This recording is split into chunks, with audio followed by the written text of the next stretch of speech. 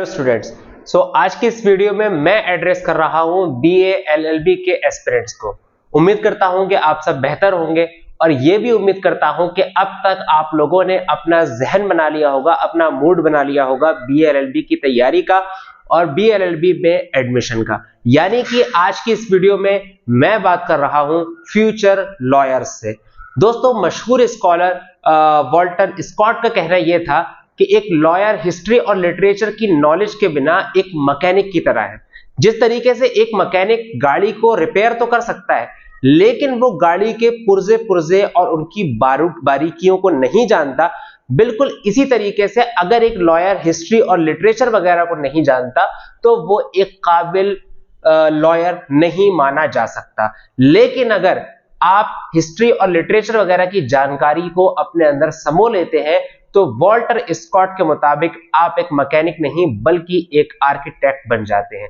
यानी कि उसके बाद आपको अपने केसेस की बारीकियों का पता लगता है। हिस्ट्री जानने से यह होता है कि आपको सोशल चेंजेस के बारे में पता लगता है, सोसाइटी किस तरीके से चेंज होती है, हम पास्ट से क्या सीखते हैं अपना फ्यूचर और अपना प्रेजेंट बेहतर बनाने के लिए। शायद यही वजह है कि हमारे एजुकेशन सिस्टम में एग्जामिनर्स ने जो लॉ के एंट्रेंस एग्जाम है उनमें हिस्ट्री को एक सब्जेक्ट के तौर पर कबूल किया है और इसको अच्छा खासा वेटेज भी दिया है। इससे बहुत सारे क्वेश्चन भी बनते हैं, क्योंकि अगर आपको हिस्ट्री की नॉलेज होगी और अगर आप एग्जाम पॉइंट ऑफ व्यू से या एकेडमिक पॉइंट ऑफ व्यू से भी या अपनी पर्सनल लाइफ में भी अगर आप हिस्ट्री की नॉलेज गेन करते हैं तो उससे आपका एक अलग मकाम बनता है अपने सोशल सर्कल में भी और एकेडमिक सर्कल में भी। तो आज मैं यहां पर आपके सामने हाजिर हूं बीएलएलबी के प्रीवियस ईयर्स के हिस्ट्री के क्वेश्चन को डिस्कस करने के लिए। ओके, बीएलएलबी प्रीवियस ईयर्स के हिस्ट्री के क्वेश्चन को डिस्कस करने के लिए आज हम ये देखेंगे कि एग्जामिनर्स ने हिस्ट्री से सवाल किस तरीके से बनाए थे,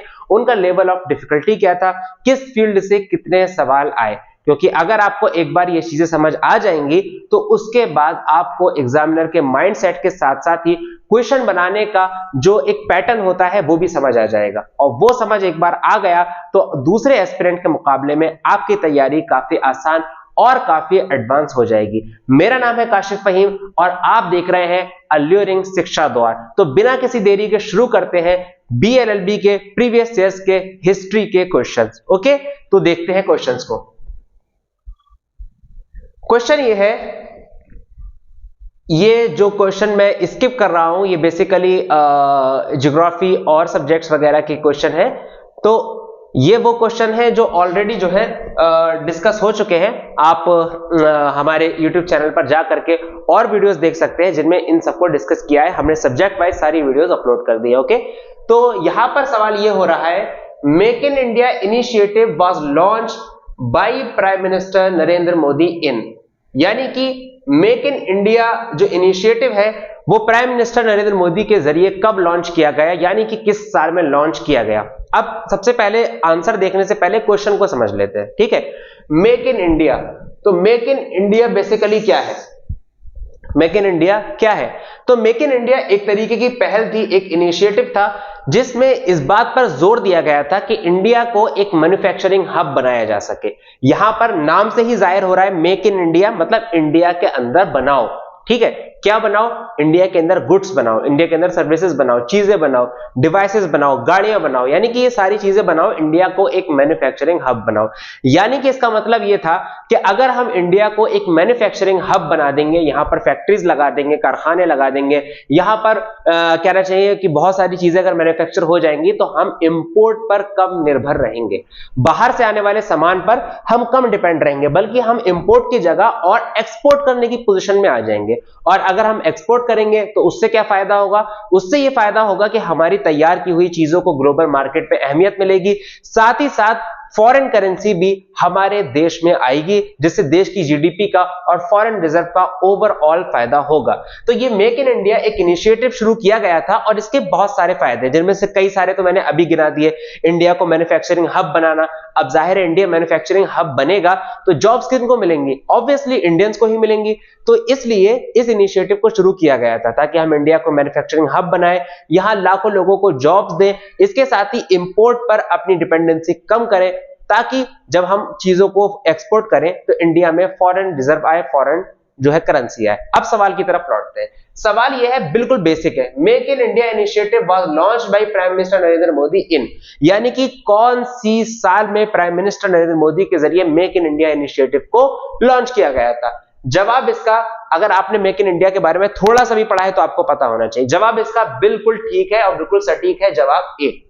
2014 में मेक इन इंडिया इनिशिएटिव जो थी उसको लॉन्च किया गया था, और किस मकसद के लिए किया गया था वो मैं आपको बता चुका हूं। कब लॉन्च किया गया था? 2014 में। जैसे ही नरेंद्र मोदी ने पहली बार एज पीएम ओथ ली थी तो उसी साल उन्होंने मेक इन इंडिया इनिशिएटिव को शुरू कर दिया था, यानी कि इसको इनिशिएट कर दिया था, मेक इन इंडिया स्कीम को। आगे आते हैं। सवाल है, which one of the following is not a member of organization of the petroleum exporting countries OPEC, यानी कि organization of the petroleum exporting countries, या शॉर्ट फॉर्म में जिसको ओपेक कहते हैं, उसमें उनका कौन सा, इन देशों में, यानी कि जो चार हमारे सामने ऑप्शन खड़े हैं, कौन सा देश इसका मेंबर नहीं है? ओके, तो जवाब पे जाने से पहले हमेशा की तरह हम समझेंगे क्वेश्चन को, ताकि क्वेश्चन की बारीकियों में जाएं तो और क्वेश्चन हमारे सामने आए और क्वेश्चन का आंसर हमें पता लगे, ताकि एक क्वेश्चन से कई क्वेश्चन जब सॉल्व हो तो एग्जाम में अगर हट बच के भी क्वेश्चन आ रहा है तो भी हम कर ले जाएं, क्योंकि हमने एक क्वेश्चन से कई क्वेश्चन सॉल्व ऑलरेडी कर रखे हैं। तो बेसिकली यहां पर आपको कुछ कंट्रीज का मैप दिख रहा होगा। ओके, कुछ कंट्रीज के यहाँ पर फ्लैग है उनके मैप की शक्ल में। तो ये वो सारी कंट्रीज हैं जो ओपेक, यानी कि organization of petroleum exporting countries की मेंबर्स हैं। सवाल ये है कि यहां पर कौन सी कंट्री है चार में जो मेंबर नहीं है। पहले ही देखते हैं कि ओपेक करता क्या है। तो बेसिकली ओपेक कई कंट्रीज का एक ग्रुप है, एक ऑर्गेनाइजेशन है, जिसका जो कि अब जाहिर है, नाम से ही जाहिर है, पेट्रोलियम एक्सपोर्टिंग कंट्रीज, यानी कि वो देश जो पेट्रोल को एक्सपोर्ट करते हैं, दुनिया के दूसरे देशों में भेजते हैं अलग अलग काम के लिए। तो यहां पर ये जो ऑर्गेनाइजेशन है ये बेसिकली बनाई गई थी इराक, यानी कि बगदाद में, बगदाद यानी कि इराक में। यहां पर आप ये भी लिख सकते हैं, अगर आपसे सवाल आ जाए कि ओपेक कहां बनाया गया था, where was OPEC was founded, ठीक है, अगर ऐसा सवाल आ जाए तो ओपेक कहां बनाया गया था? बगदाद में। बगदाद कहां पर है? इराक में। तो देखिए एक सवाल आपका ऑलरेडी सॉल्व हो गया, बगदाद में ओपेक को बनाया गया था। अब सवाल यह है कि इनमें से कौन सी कंट्री ओपेक की वो कहना चाहिए कि मेंबर नहीं है। आपके सामने इतने सारे फ्लैग यहां पर दिख रहे हैं आपको, आप तो बेसिकली फ्लैग से भी समझ जाएंगे कौन सी कंट्री है कौन सी कंट्री नहीं है। तो यहां पर अगर आप गौर से देखेंगे तो एक कंट्री है जिसका फ्लैग यहां नहीं दिख रहा है, ठीक है, और वो कंट्री कौन सी है? वो कंट्री है ब्राजील। ब्राजील जो है वो ओपेक की मेंबर नहीं है। ओपेक बेसिकली जो शुरू किया गया था वो मोस्टली अरब कंट्रीज के जरिए शुरू किया गया था। इसमें कुवैत भी शामिल था, इराक भी शामिल था, सऊदी अरबिया, वेनेजुएला भी शामिल था। तो इस तरीके से मेजॉरिटी जो है, ये देखिए सऊदी अरबिया है, ईरान है, यूएई है, ठीक है, ये आपका कहना चाहिए वो है मोरक्को है। इस तरीके से कई सारी जो कंट्रीज हैं, ये इराक है। तो मतलब कि जो है बेसिकली अरब कंट्रीज ने ही इनको शुरू किया था। तो इसका मेंबर इनमें से कौन नहीं है? ब्राजील नहीं है। और क्वेश्चन मैंने इसमें सॉल्व करा दिया। अगर सवाल पूछ लिया जाए कि ओपेक का फाउंडेशन कहां हुआ था, तो ओपेक का फाउंडेशन बगदाद इराक में हुआ था। ठीक, आगे आते हैं।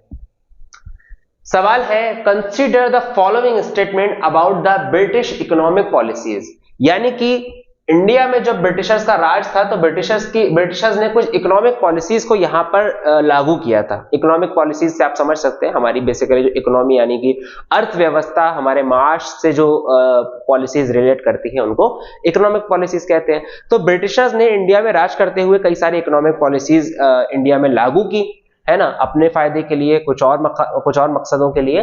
तो वहां पर ब्रिटिश की जो इकोनॉमिक पॉलिसीज है, बता रहे हैं कि हम यहाँ 4 स्टेटमेंट दे रहे हैं, फिर 4 ऑप्शन देंगे। आपको पहले चारों स्टेटमेंट पढ़ना है और उसके बाद आपको यह बताना है कि ब्रिटिश की इकोनॉमिक पॉलिसीज के लिहाज से इनमें कौन सा स्टेटमेंट ठीक है और कौन सा स्टेटमेंट ठीक नहीं है। समझ आ रहा है? तो यहां पर स्टेटमेंट पहले पढ़ते हैं। Permanent settlement was made with the जमींदार, commercialization of agriculture was encouraged, drain of wealth started, handicraft industries developed. Okay, 4 यहां पर ऑप्शन है।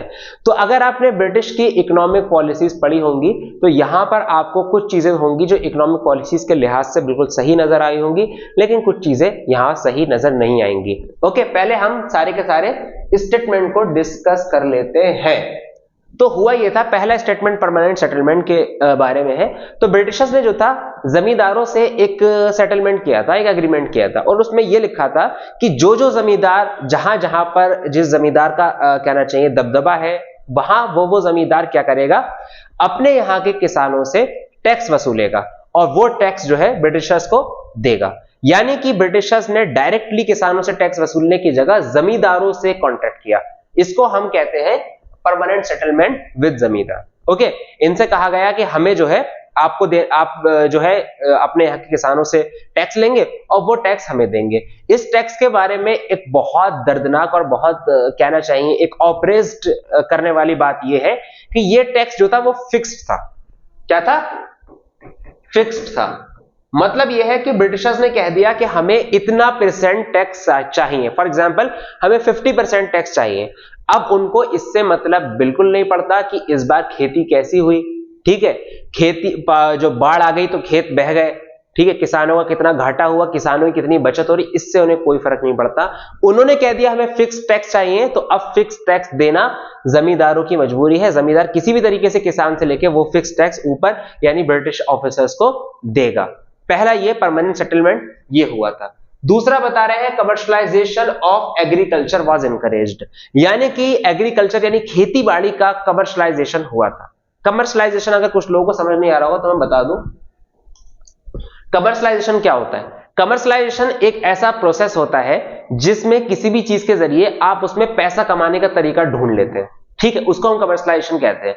फॉर एग्जाम्पल आप एक यूट्यूब चैनल चला रहे हैं, ठीक है, तो आपके यूट्यूब चैनल का जो मोनेटाइजेशन होता है उसके थ्रू आपको क्या होता है, पैसा मिलता है। तो वो एक तरीके का जो है मतलब आप एक तरीके को अपने यूट्यूब चैनल को कमर्शलाइज कर रहे हैं, यानी कि उसको पैसा कमाने के लिए यूज कर रहे हैं। यहां पर ब्रिटिशर्स ने क्या किया था, किसानों यानी कि एग्रीकल्चर जो होता था, खेती बाड़ी होती थी, उसको कमर्शलाइज कर दिया था, यानी उसको पैसा कमाने के लिए यूज करने लग गए थे। अब आप कहेंगे इसका क्या मतलब होता है, खेती बाड़ी तो होती ही पैसा कमाने के लिए, किसान भी इसीलिए खेती बाड़ी करता है ताकि वो अपने फसल को मार्केट में बेच सके और उससे पैसा कमा सके। यहां कमर्शलाइजेशन का फिर क्या मतलब है? कमर्शलाइजेशन का यहां यह मतलब हो रहा है कि मार्केट में जिस चीज की डिमांड है, बिजनेस इंडस्ट्रीज जिस चीज को मांग रही हैं, ब्रिटिशर्स ने किसानों पर दबाव डाला कि हमें वो चीज उगाकर दो। वो चीज कौन सी चीज? जो बिजनेस इंडस्ट्रीज मांग रही हैं, फैक्ट्रीज मांग रही हैं। लोगों को खाना चाहिए, उससे हमें मतलब नहीं है, ठीक है, लोगों को खाने में कमी हो रही है, उससे हमें मतलब नहीं है। बिजनेस इंडस्ट्रीज किस चीज की डिमांड कर रही है, हमें वो चीज उगाकर दो। मतलब यह है कि हमें आप गेहूं उगाकर मत दीजिए, ठीक है, हमें आप जो है धान उगाकर मत दीजिए, हमें आप क्या उगाकर दीजिए, हमें आप ओपीएम उगाकर दीजिए। क्या उगाकर दीजिए? ओपीएम, यानी कि अफीम। क्यों? क्योंकि बिजनेस इंडस्ट्रीज में इस चीज की डिमांड थी। अब ये ओपीएम जो अफीम है, ये कई तरीकों में यूज होता है, कुछ दवाई भी बनाई जाती है, इलीगल स्मगल भी होता है, ठीक है, सारी चीजें होती हैं। इसके अलावा आपका कॉटन है, हमें कॉटन दीजिए। अब ये जो ओपीएम और कॉटन है, ये दोनों खाने के लिए तो यूज होते नहीं है ना, जाहिर है कॉटन भी आपके कपड़े बनाने के लिए यूज होता है, ओपीएम अलग चीज के लिए यूज होता है। तो एग्रीकल्चर का जो मेन मकसद है लोगों का पेट भरना, खाने की कमी ना होने देना, इन लोगों ने उस मकसद से हटा दिया किसानों को और किसानों पर दबाव डाला कि अपनी खेती को कमर्शलाइज करो, जो हम मांगे वो हमें उगा कर दो, ठीक है। उससे घाटा यह हुआ कि पहली बात तो खाने की इंडिया में कमी पड़ने लग गई। अब जाहिर है किसानों पे दबाव था, किसान वही उगा रहे थे जो ब्रिटिशर्स कह रहे थे, ठीक है। दूसरी बात यह कि जब खाने की कमी पड़ने लगी तो उसके साथ साथ ही इन सारी चीजों को जमीन पर बार बार उगाने से जमीन क्या थी, बंजर होने लगी। अब जमीन में जब कहना चाहिए धान उगाया गया या जमीन में गेहूं उगाए गए तो वो जमीन में नहीं उगे, जिसकी वजह से इंडिया में खाने की एक बहुत भयंकर शॉर्टेज हो गई। और ये शॉर्टेज आगे जाकर इसने कहना चाहिए सूखे को और खाने की कमी को और फैमिन वगैरह को जन्म दिया, ठीक है, उसकी भी अपनी एक अलग हिस्ट्री है। तो ये दो चीजें मैंने बता दी, परमानेंट सेटलमेंट और कमर्शलाइजेशन ऑफ एग्रीकल्चर। एक तीसरी चीज थी drain of wealth. Drain of wealth कहते हैं किसी जगह से वेल्थ यानी कि दौलत को निकाल कर ले जाना, ड्रेन करना, यानी कि वहां से खींच लेना। तो अंग्रेजों ने सिस्टमैटिकली इंडिया में यही किया था। बेसिकली इंडियंस को ये चीज उस वक्त समझ नहीं आई, ये चीज बहुत बाद में समझ आई, लेकिन अंग्रेज सिस्टमैटिकली इंडिया से इंडिया के रिसोर्सेज को खींच रहे थे। वो रिसोर्सेज चाहे कुदरती रिसोर्सेज हो, नेचुरल रिसोर्सेज हो, जैसे कि मैंने आपको बताया कि कॉटन, ओपियम, ठीक है, और मसाले, ये चीज हो, या वो आपका सोना चांदी की शक्ल में हो, पैसे की शक्ल में हो, समझ आ रहा है, या आपके डायमंड हैं और चीजें हैं। तो बेसिकली अंग्रेजों ने क्या था, सिस्टमैटिकली इंडिया से ये चीजें खींचकर अपने यहां यानी कि ब्रिटेन ले गए थे। ये बातें इंडियंस को उस वक्त समझ नहीं आई, लेकिन एक लंबे अरसे के बाद ये चीज समझ में आई। तो तीन चीजें मैंने डिस्कस की, drain of wealth, commercialisation of agriculture and permanent settlement. आखिरी स्टेटमेंट है हैंडीक्राफ्ट इंडस्ट्रीज डेवलप्ड, यानी कि वो इंडस्ट्रीज जिनमें हाथों से सामान को बनाया जाता है वो डेवलप हुई। एक स्टेटमेंट ये कहता है, यानी कि फॉर एग्जांपल मान लीजिए आपकी चूड़ी या आपके मटके, इसी तरीके से कई चीजें हो सकती हैं, बर्तन, तो ये वो सारी की सारी कहना चाहिए उस वक्त इंडस्ट्री थी जो हैंडीक्राफ्ट थी, यानी कि हाथों से इन चीजों को बनाते थे। तो ये चार स्टेटमेंट है। सवाल ये है कि इनमें से कौन सा स्टेटमेंट जो है वो सही है अंग्रेजों की पॉलिसी को लेकर के, कौन सा स्टेटमेंट ऐसा है जो गलत है।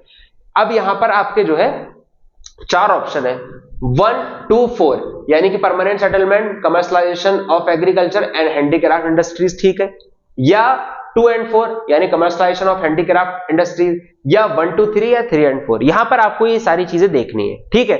तो अगर हम अंग्रेजों की जब हम इकोनॉमिक पॉलिसीज को पढ़ते हैं तो पॉलिसीज को पढ़ने के बाद हम इस नतीजे पे पहुंचते हैं कि इस क्वेश्चन का जो आंसर है वो आंसर है सी। क्या है आंसर? है सी, 1, 2 and 3। यानी कि ये बात ठीक है कि अंग्रेजों ने परमानेंट सेटलमेंट किया था जमींदारों के साथ। यह बात भी ठीक है कि अंग्रेजों ने यहां की एग्रीकल्चर को कमर्शियलाइज किया था। यह बात भी ठीक है कि अंग्रेजों ने ड्रेन ऑफ वेल्थ इंडिया से किया था, यानी कि इंडिया की दौलत को सिस्टमैटिकली खींच कर ले गए थे। अब चौथा स्टेटमेंट जो है हैंडीक्राफ्ट इंडस्ट्रीज डेवलप्ड, ये गलत है, बल्कि हैंडीक्राफ्ट इंडस्ट्रीज और तबाह हो गई। समझ में आ रहा है? ये लोग क्या करते थे कि जो रॉ मटेरियल होता था वो इंडिया से ले जाते थे, अब उसको यूरोपियन मार्केट में उसको बनवाते थे। अब वही सामान इंडिया में जो था वो भारी कीमतों पे बेचते थे। अब लोग या तो ये था कि अंग्रेजों की बनाई हुई चीज है इस वजह से इंप्रेस होकर ले रहे, या वो चीज और ज्यादा अच्छी फिनिशिंग रखती थी इस वजह से ले लेते थे। तो उससे क्या हुआ कि इंडिया की जो इंडस्ट्रीज थी हैंडीक्राफ्ट इंडस्ट्रीज, वो बुरी तरीके से फेल हो गई। यहां तक कि कई सारी मिल इंडिया में जो थी वो बंद हो गई। तो ये स्टेटमेंट के हैंडीक्राफ्ट इंडस्ट्रीज अंग्रेजों के दौर में डेवलप हुई, ये एक गलत स्टेटमेंट है, जिसकी वजह से हमारा ऑप्शन सी यानी कि 1, 2 and 3 is the correct answer. I hope you people are getting. आगे चलते हैं। सवाल है, battle of Plassey was fought between, Plassey की जंग किस किस के बीच में लड़ी गई थी? प्लासी की जंग के बारे में आप लोगों को अच्छे से पता होगा, नहीं पता होगा तो एटलीस्ट नाम तो सुन रखा होगा। बैटल ऑफ प्लासी ये पहली जंग थी जिस जंग में अंग्रेजों का लोहा पूरी हिंदुस्तान की जितनी भी हुकूमतें थी, जितने भी स्टेट थे, उन सबके सामने अंग्रेजों की जो आर्मी थी उसकी ताकत का लोहा सामने आया। सबने माना कि अंग्रेज they are well equipped, they have a very good weapon, very advanced weapon, उनकी मिलिट्री भी काफी ज्यादा एडवांस है। ये चीजें लोगों ने मानी। तो ये पहली जंग थी जो अंग्रेजों ने इंडिया की धरती पर खड़े होकर के डायरेक्टली इंडियन से लड़ी थी। ठीक है, सवाल यह है कि यह जंग किस किस के बीच में हुई थी? चार ऑप्शन है, Mir Qasim and Sirajuddaulah, Clive and Sirajuddaulah, Mir Qasim and Mir Jafar and Clive. चार ऑप्शन जब है तो पहले बैटल ऑफ प्लासी का हम थोड़ा सा बैकग्राउंड देख लेते हैं, ताकि आपको जो क्वेश्चन, आपको जो आंसर है वो ऑटोमेटिकली आ जाए, मुझे बताने की जरूरत ना पड़े। तो पहली बात तो ये, बैटल ऑफ प्लासी कहां लड़ी गई थी? कहां? बंगाल में बैटल ऑफ प्लासी लड़ी गई थी। ठीक है, तो बंगाल के उस वक्त के नवाब थे जिनका नाम था नवाब सिराजुद्दौला। बहुत बचपन में अगर आप लोगों को पता हो तो नवाब सिराजुद्दौला पे एक टीवी सीरियल भी आया करता था, नवाब सिराजुद्दौला की जिंदगी पर। तो नवाब सिराजुद्दौला बंगाल के जो थे ये वो थे, कहना चाहिए नवाब थे।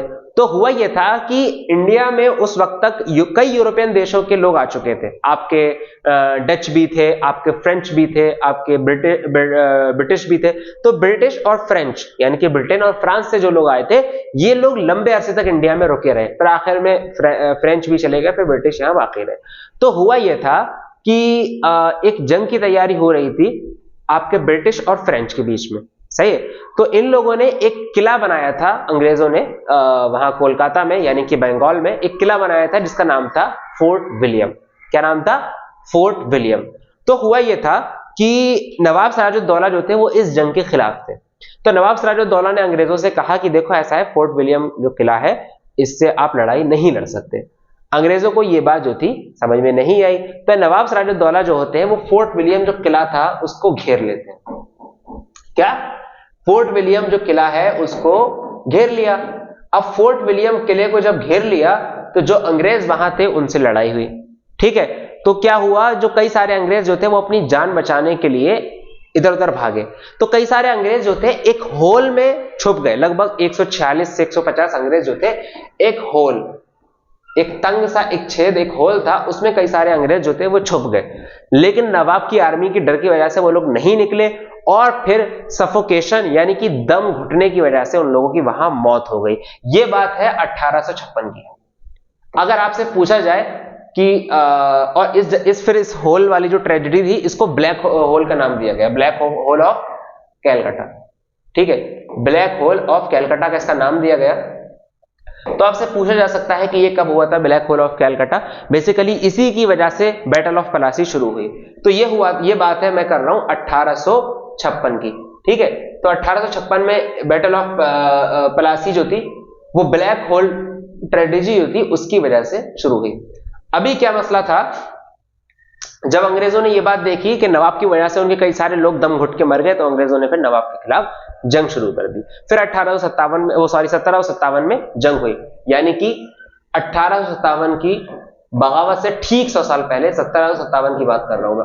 और ये ब्लैक होल ट्रेजेडी कब हुई थी? 1756 में, ठीक है। ये बैटल ऑफ प्लासी की वो है डेट है, और ये आपकी जो है उससे 1 साल पहले ब्लैक होल ट्रेजेडी की डेट है, और ये आपकी बगावत की डेट है जो 1857 में हुई थी। तो कुल मिलाकर के फिर अंग्रेजों की जो आर्मी थी उसको लीड कर रहे थे रॉबर्ट क्लाइव, ठीक है। तो बेसिकली ये जंग अब आपको खुद समझ में आ गया किस किस के बीच में हुई थी। नवाब है सिराजुद्दौला, अंग्रेजों की आर्मी कमान है क्लाइव के बीच में, तो जंग भी किसके बीच में होगी? क्लाइव और सिराजुद्दौला के बीच में। तो ऑप्शन बी आपका ठीक है, ऑप्शन बी सही है, यानी कि बैटल ऑफ प्लासी लड़ी गई थी क्लाइव और सिराजुद्दौला के बीच में, ठीक। ये उसी जंग का एक इलस्ट्रेशन है। आगे चलते हैं। सवाल है, what was the abbreviated title of दादा भाई नौरोजी? दादा भाई नौरोजी के साथ में लगने वाला, उनके नाम के साथ लगने वाला टाइटल कौन सा है? दादा भाई नौरोजी, ये दादा भाई नौरोजी है, ठीक है। बहुत ही शुरुआती वो इंसान है जो बेसिकली ये बात समझ रहे थे कि इंडिया को किस तरीके से लूटा जा रहा है। ये जो है बात है आपके जवाहरलाल नेहरू, मोतीलाल नेहरू, सुभाष चंद्र बोस, डॉक्टर अंबेडकर और गांधी जी से भी इवन पहले की। दादा भाई नौरोजी ये बहुत पुराने इंसान है, ठीक है। ये आपकी कहना चाहिए 19वीं सदी की, बेसिकली इनका 19वीं सदी में ज्यादा काम है। और दादा भाई नौरोजी इतने फास्ट इंसान थे कि वो इंडियंस जो सबसे शुरू में जाकर के इंग्लैंड में बसे थे, दादा भाई नौरोजी उनमें से एक थे। यही नहीं बल्कि दादा भाई नौरोजी जो थे वो कौन थे? पहले इंडियन थे जो ब्रिटेन की पार्लियामेंट के जो थे मेंबर थे, ब्रिटेन की पार्लियामेंट के मेंबर थे। तो ऐसा होता है जैसे कि इंडिया में लोकसभा होता है ना, वैसे ही ब्रिटेन में एक होता है लोअर हाउस। क्या होता है? लोअर हाउस, या उसको हाउस ऑफ कॉमन भी कहते हैं, हाउस ऑफ कॉमन। तो ये जो थे ये पहले इंडियन थे जो लोअर हाउस या हाउस ऑफ कॉमन के क्या थे? मेंबर थे। इन्होंने बाकायदा वहां गए, वहां रहे, वहां से इलेक्शन भी लड़ा और साथ ही साथ वहां के मेंबर भी रहे। तो दादा भाई नौरोजी जो है, इनके साथ में अच्छी बात यह है कि अभी आपने पीछे एक थ्योरी पढ़ी थी ड्रेन ऑफ वेल्थ की। ड्रेन ऑफ वेल्थ जो थ्योरी है वो दादा भाई नौरोजी ने ही दी थी, ठीक है। किसने दी थी? दादा भाई नौरोजी ने ही ड्रेन ऑफ वेल्थ थ्योरी दी थी। इन्होंने ही पहले बताया था कि किस तरीके से सिस्टमैटिकली इंडिया से अंग्रेज जो है वो दौलत खींच कर ले जा रहे हैं। इन्होंने एक किताब लिखी थी और उस किताब में इन्होंने ये बात बताई थी, ओके। इस किताब का नाम भी अगर चाहें तो सुन लीजिए। इस किताब का नाम था poverty and un British rule in India. ठीक है, ये लिखी गई थी 1901 में। तो 1901 में इन्होंने किताब लिखी poverty and British rule in India, और उसमें इन्होंने इस बात को डिस्क्राइब किया किस तरीके से एक इंडिया से दौलत खींचकर अंग्रेज ले जा रहे हैं। तो दादाभाई नौरोजी के टाइटल की तरफ आते हैं, जो हमारे क्वेश्चन का फिलहाल आंसर है। सवाल यह है कि दादाभाई नौरोजी का टाइटल क्या है? तो दादाभाई नौरोजी का टाइटल है grand old man of India. क्या है? Grand old man of India. मैंने आपको बताया ना कि ये बहुत पहले के हैं, ये गांधी जी और जवाहरलाल नेहरू वगैरह सबसे पहले के हैं ये। ठीक है, ये आप कह लीजिए एक तरीके से सर सैयद के कॉन्टेम्परेरी हैं। ठीक है, तो दादाभाई नौरोजी जो कि बहुत पहले के इंसान है, इसकी वजह से इनको grand old man of India के नाम से भी जाना जाता है। तो अगर आप यहाँ भूल जाएं कि इनका टाइटल क्या था, तो मैंने आपको वैसे बताया ना कि काफी पहले के, तो उससे ही आप समझ लेंगे ओल्ड मैन की बात हो रही है। तो दादाभाई नौरोजी का क्या टाइटल है? Grand old man of India. Clear है? आगे चलते हैं। Sir Syed Ahmed Khan is buried in. Sir Syed Ahmed Khan कहां दफन है, उनकी कब्र कहां पर है? It's the simplest question you people ever face. Okay, sir Syed Ahmed Khan is buried in. Sir Syed Ahmed Khan कहां दफन है? बिल्कुल ठीक है। अगर आप जिंदगी में भी एक बार अलीगढ़ आए या जिंदगी में भी एक बार अलीगढ़ के बारे में कोई भी किताब में एक या दो पेज भी पढ़े, तो आपको ये बात पता होना चाहिए कि sir Syed Ahmed Khan is buried in Aligarh. ठीक है, अलीगढ़ की जो जामा मस्जिद है यूनिवर्सिटी की, वहां पर सर सैयद अहमद खान की कब्र है या उनका मजार है। So I don't think there is any depth that I should go. ठीक है, तो आगे चलते हैं। अलीगढ़ इसका आंसर है, आंसर सी। आगे चलते हैं। सवाल यह है, who is the writer of article 370 a constitutional history of Jammu and Kashmir? ये एक बुक एंड ऑथर्स में से ये सवाल बना है, तो उसको भी मैं कवर कर देता हूं। तो सवाल ये हो रहा है कि article 370 a constitutional history of Jammu and Kashmir किसके जरिए लिखी गई थी? ठीक है, तो यहां पर कई सारे हमारे जो है राइटर्स हैं, विक्रम सेठ, एजी नूरानी, अरुंधति रॉय, के आर ए नरेश। ठीक है, तो बहुत से लोगों को यहां पर कंफ्यूजन हो जाएगा कि अरुंधति रॉय ने लिखी थी, because she is really vocal on this type of issue. ठीक है, तो इसका जो जवाब है वो जवाब ऑप्शन बी है, एजे नूरानी। इनका पूरा नाम है अब्दुल गफूर नूरानी। क्या है? अब्दुल गफूर नूरानी। ये बेसिकली एक लॉयर है इंडिया के। तो इन्होंने किताब लिखी है article 370 the constitutional history of Jammu and Kashmir. इसमें इन्होंने जो है क्या क्या कॉन्स्टिट्यूशनल चेंजेस हुए हैं, आर्टिकल 370 किस तरीके से लागू किया गया था जम्मू एंड कश्मीर में, जब ये मतलब Jammu and Kashmir became the official part of India. तो ये सारी चीजें इसमें इन्होंने एजे नूरानी यानी अब्दुल गफूर नूरानी ने इसमें जो है वो इंक्लूड किया। अब आर्टिकल 370 क्या है, वो as aspirant of law I don't think that I have to explain to you people because you people should know it very well. Article 370 क्या है? एक आर्टिकल है जो कॉन्स्टिट्यूशन ऑफ इंडिया का पार्ट था। ठीक है, और इस आर्टिकल 370 के वजह से, क्योंकि ये कॉन्स्टिट्यूशन का पार्ट था, इसकी वजह से जम्मू एंड कश्मीर को बहुत सारे एक्स्ट्रा राइट मिले थे जो कि इंडिया की और स्टेट के पास नहीं थे। तो ये बेसिकली ये राइट जो थे, ये राइट एक एग्रीमेंट की वजह से थे जो the state of Jammu and Kashmir and the union of India के बीच में हुआ था, जब ये जम्मू एंड कश्मीर जो था इंडिया का ऑफिशियल पार्ट बना था। तो काफी सारे राइट दिए गए जो, और कुछ मतलब कुछ कल्चरल बैकग्राउंड की वजह से जो था ये राइट दिए गए ताकि Kashmir it has it own unique beauty, उसकी वजह से भी, और कुछ और भी रीजंस रहे। तो आर्टिकल 370 के बारे में तो I think every aspirant should know. इससे सवाल भी हो सकता है कि बने। ओके, ठीक है, आगे चलते हैं। सवाल है, cabinet minister namely Lord Patrick Lawrence, sir Stratford Cripps and mister A B. Alexander were the members of. यानी कि ये जो तीन सर थे, ये कौन सी कमीशन के मेंबर थे? ओके, तो यहां पर आप एक कहना चाहिए एक इमेज देख रहे हो, ये रियल लाइफ इमेज है। तो इस इमेज में जो है सर लॉर्ड पैट्रिक जो है ये है लॉर्ड पैट्रिक, और ये आपके जो है ए.बी. अलेक्जेंडर है। क्या है, एवी अलेक्जेंडर। ये बीच में कौन है ये बताने की जरूरत नहीं है, ये एम ए जिन्ना है। तो सवाल ये है कि ये जो तीन लोग थे, sir Stafford Cripps, Lord Patrick and A V Alexander, ये कौन सी कमीशन में थे, ठीक है, कौन सी कमीशन के ये मेंबर थे। तो यहां पर तीन है, Cripps commission, the Mountbatten plan, cabinet mission plan और आपका साइमन कमीशन। ओके, तो यहां पर ये क्वेश्चन आपको जो है थोड़ा सा कंफ्यूज भी कर सकता है। कंफ्यूज क्यों करेगा? कंफ्यूज ये क्वेश्चन आपको इसलिए कर देगा क्योंकि इस क्वेश्चन में एक नाम है जिसके नाम के आगे लिखा है क्रिप्स, सही है। यहां पर एक और चीज है जिसके नाम के आगे लिखा है क्रिप्स, एक मिशन के। तो बहुत से लोग क्रिप्स को मैच करके क्रिप्स लगा देंगे और अपने नंबर कटवा के आ जाएंगे। ओके, यहां पर आपको ये गलती नहीं करना है। यही फर्क है हिस्ट्री में कि यहां पर तुक्के बहुत कम चलते हैं। यहां पर बेसिकली अगर आपने पढ़ा है तो ही आप कर सकते हैं, ठीक है। तो यहां पर सर स्टैफर्ड क्रिप्स वाला क्रिप्स नहीं है, वो अलग है।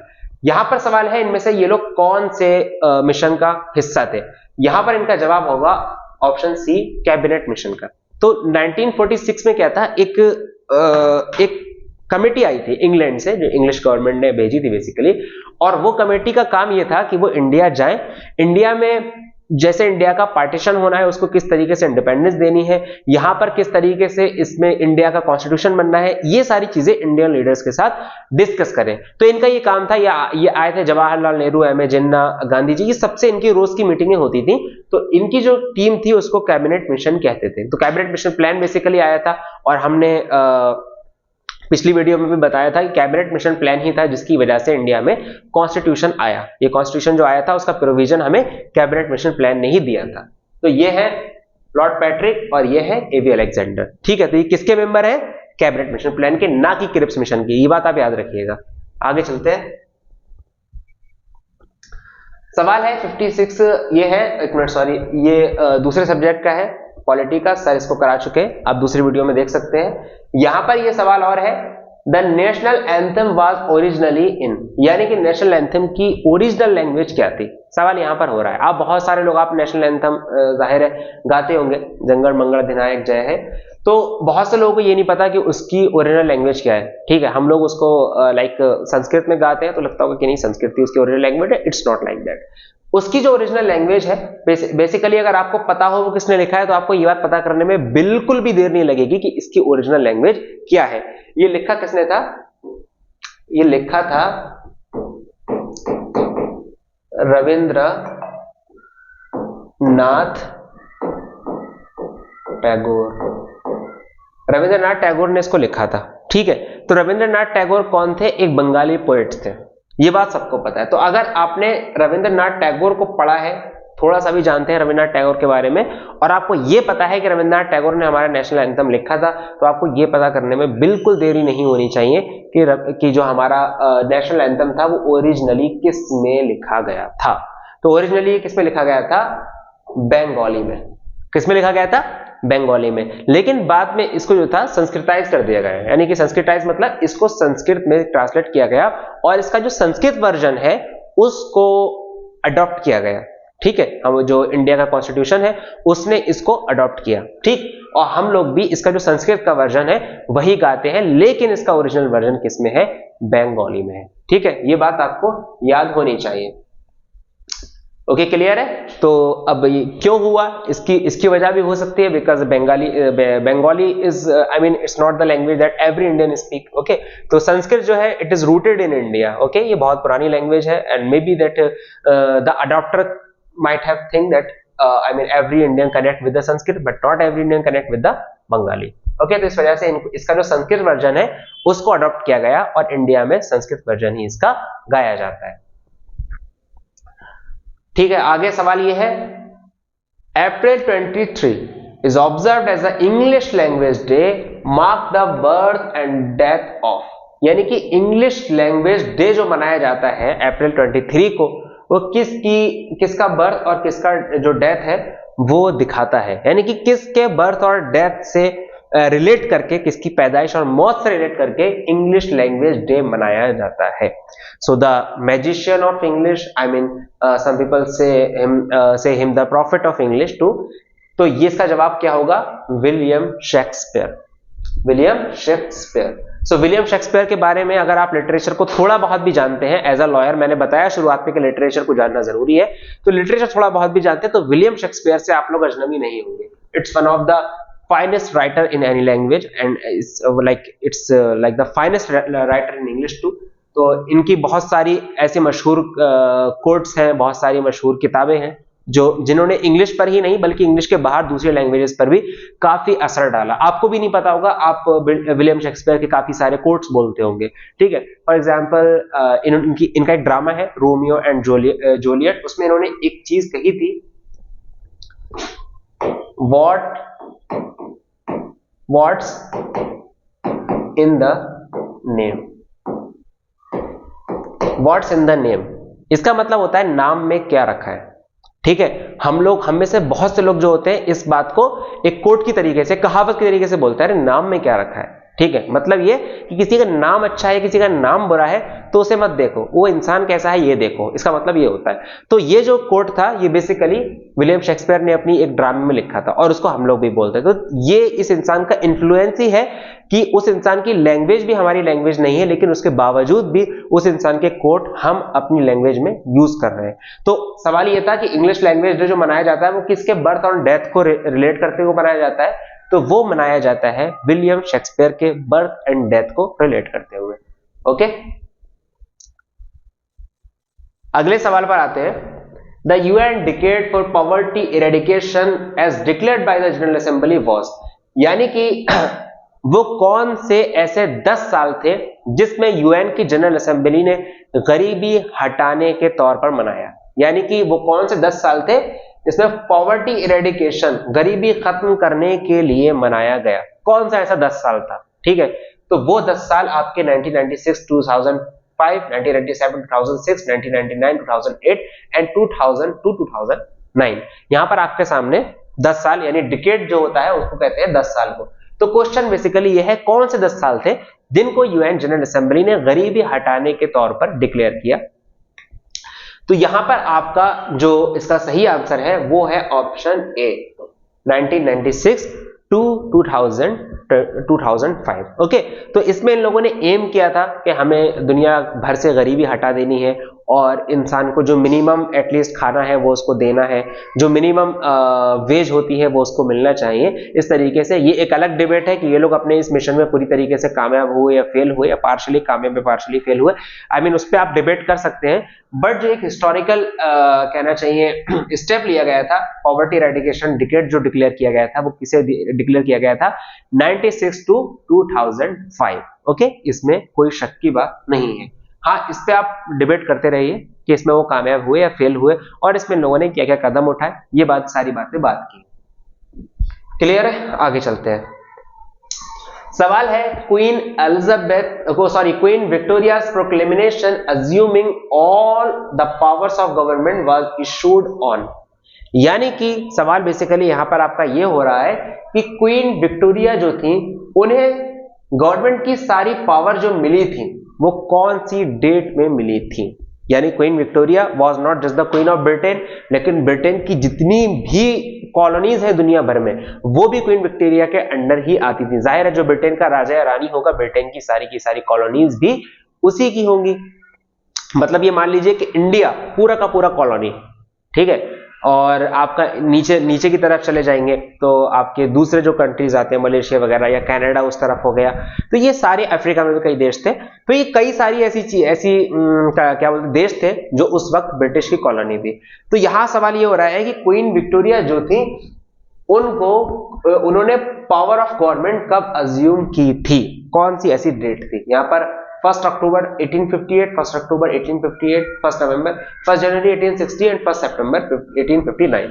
तो अगर आपने यहां पर क्वीन विक्टोरिया के बारे में पढ़ा है, मॉडर्न इंडिया खासकर अगर आपने पढ़ा है तो मॉडर्न इंडिया में यह सवाल आपका फंस जाएगा, ठीक है। मॉडर्न इंडिया अगर आप पढ़ेंगे तो यह सवाल आपका वहां पर आ जाएगा कि किस दिन क्वीन विक्टोरिया ने जो थी ताज पहना था, किस दिन उन्होंने पावर को अज्यूम किया था। तो वो आपका था 1 अक्टूबर 1858। कौन सा था? 1 अक्टूबर 1858, after the exact 1 year, when Indian revolted against the British. कब हुआ था इंडिया में? 1857 में। ओके, इन्होंने 1858 में पावर को अज्यूम किया है। डेट का फर्क है, हमारे यहां 10 मई को शुरू हुआ था और इन्होंने जो था 1 अक्टूबर को शुरू मतलब पावर अज्यूम किया, 1 अक्टूबर। ठीक है, तो ये चीज ध्यान में रखिएगा। इंडिया की जब बगावत हुई थी या फिर फर्स्ट वॉर ऑफ इंडिपेंडेंस भी उसे कुछ लोगों ने कहा है, तो उसके बिल्कुल 1 साल के बाद ये जो थी रानी बनी थी। और इनको एक चीज, इनका जो लक़ब था, जो टाइटल था उस जमाने में, वो क्या था? ये सवाल भी आपसे बन सकता है कि इनका टाइटल क्या था।